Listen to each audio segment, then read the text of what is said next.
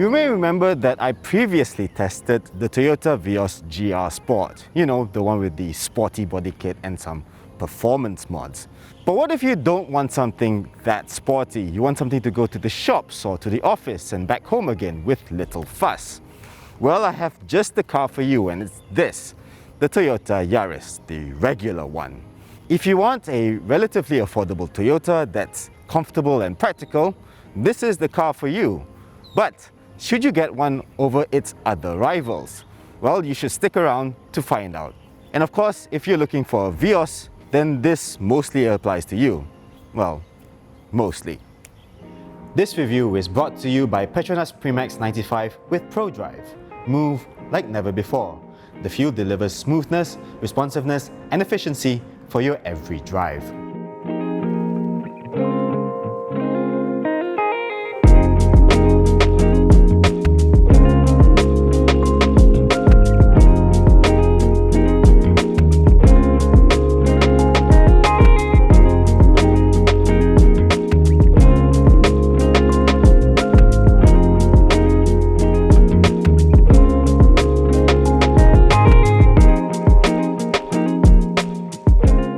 The Yaris range starts from just under 71,000 ringgit for the base J model and goes all the way up to 85,000 ringgit for this top spec G model that we have here.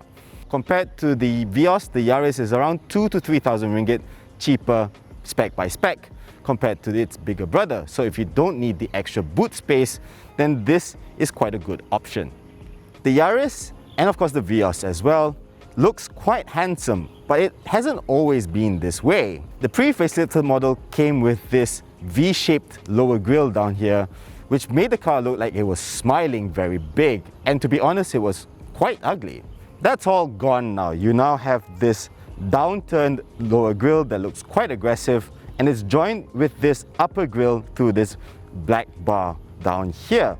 And you now get LED headlights as standard across the range. Looks are subjective, of course, but I think this is one of the best looking front ends Toyota has made in recent years.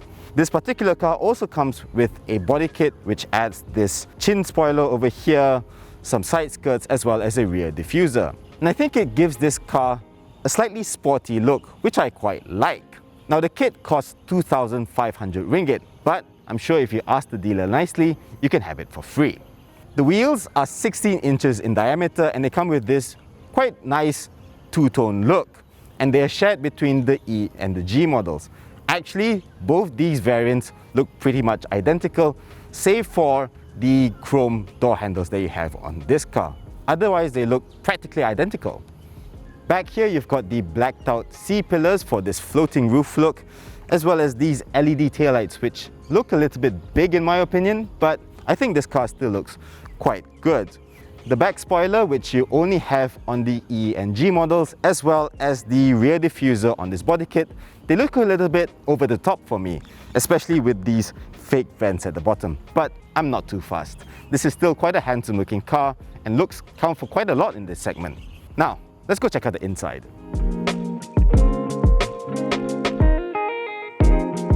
In here is where the Yaris and indeed the Vios fall short a little bit.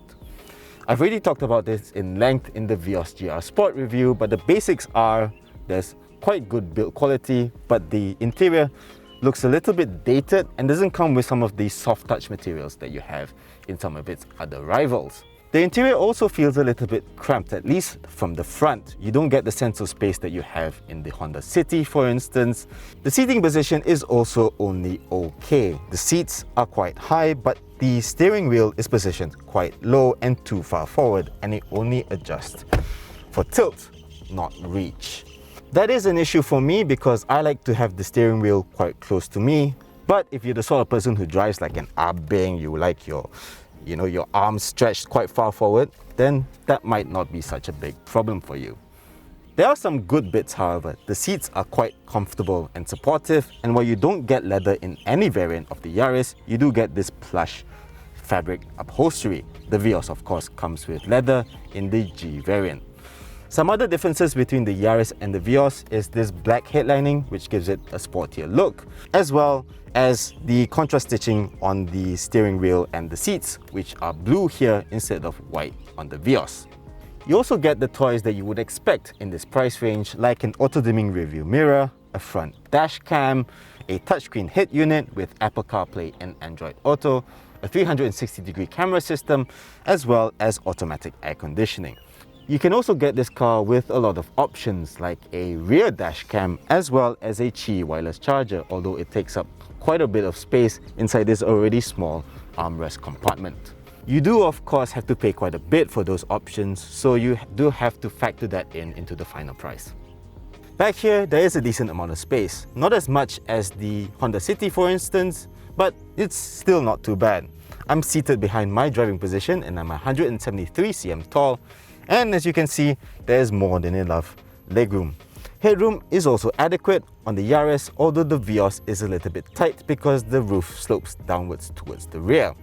You also don't get rear aircon vents like you do in the City, but you do get twin USB ports down here. The boot measures 286 litres, which sounds pretty small, but it does hold quite a bit of stuff, and it is a nice square shape. You can fold the rear seats down, but again, like in the Vios, it doesn't fold all the way flat. The Vios does have a 506 litre boot though, so there's that. Anyway, let's take this thing out for a spin.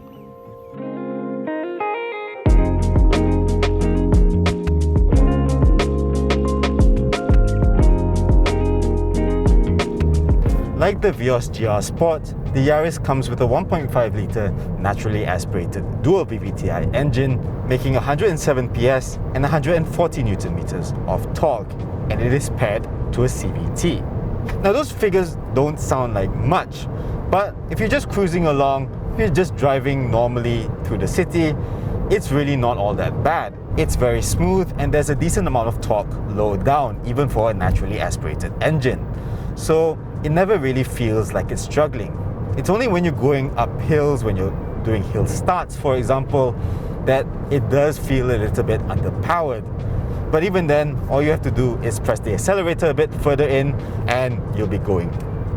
The CVT also works very well. It's quite responsive, and even though there is a little bit of delay when you floor the throttle, it does get going quite well.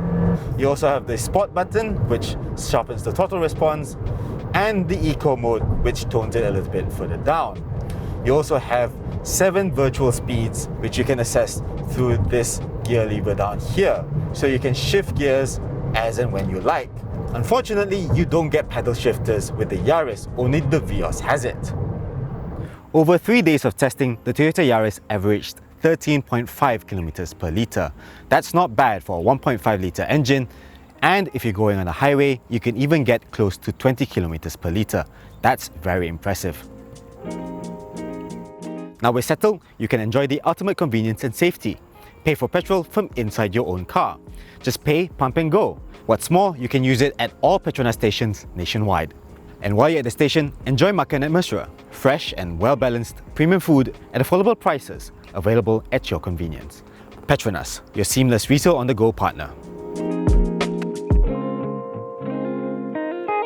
The Yaris is also quite a refined car. Because it has an acoustic glass windscreen, it keeps a lot of the wind noise out. The Yaris also comes with normal tyres instead of the high-performance rubber that you have in the Vios GR Sport. So road noise is a little bit less, but you can still hear it at higher speeds. As for the ride, the Yaris is very good. It rides on softer suspension than you have on the Vios GR Sport. So it does have a little bit more compliance when you're going over bumps. Where you do lose out is over large undulations such as that, where you feel that the car is bouncing around a little bit. But it's not too bad. It's not something that you would notice unless you go from one car to the other. The Yaris is still a little bit stiffer than the competition, however. So over large potholes, you can still hear that sort of thunk when you go over them. But in return, you get a more composed ride than you get in something like a Honda City. As for the handling, there's not much to report. It does roll a little bit in the corners. Body control is fairly okay. It's not that great, but it's not bad either. Like I said in the Vios GR Sport review, it's the steering that stops you from really enjoying throwing the car through the corner. The steering is quite slow, you have to turn it a little bit more to get around the corner, and the weight is a little bit weird. It doesn't really get heavier when you turn the wheel, which is something that you would expect when you're driving any sort of car. This is supposed to be an everyday family car, so it doesn't really affect me as much in this car as it does in the GR Sport. Safety-wise, the Yaris is available with autonomous emergency braking, lane departure warning, and blind spot monitoring. It doesn't come with some of the advanced driver assistance systems like you have in the Honda City. You get fewer features on the Yaris, sure, but you get these features on both the E variant as well as the top spec G that we have here. 7 airbags and stability control are standard across the range, which is more than what you can say about the City and the Almera. The City only has 4 airbags on the base model, while the Nissan Almera has only 2.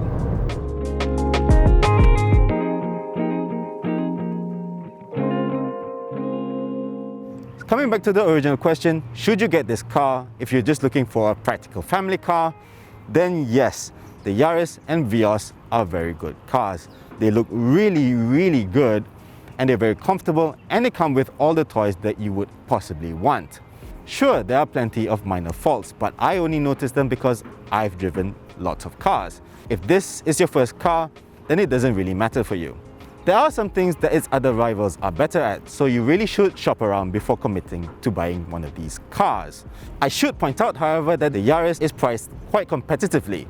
It offers better safety specs than the Honda City for the same money, and it is slightly cheaper than the similarly spec'd Nissan Almera. I should also mention that you don't have to get the top spec G model. The E variant looks almost exactly the same, and you only lose out on things like a leather steering wheel and automatic climate control. And most importantly, it comes with the same safety systems that you have on the G. So if you're looking to save some cash, then that is a very good option. Either way, you can't really go wrong with any of these cars. This review is brought to you by Petronas Premix 95 with ProDrive. Move like never before.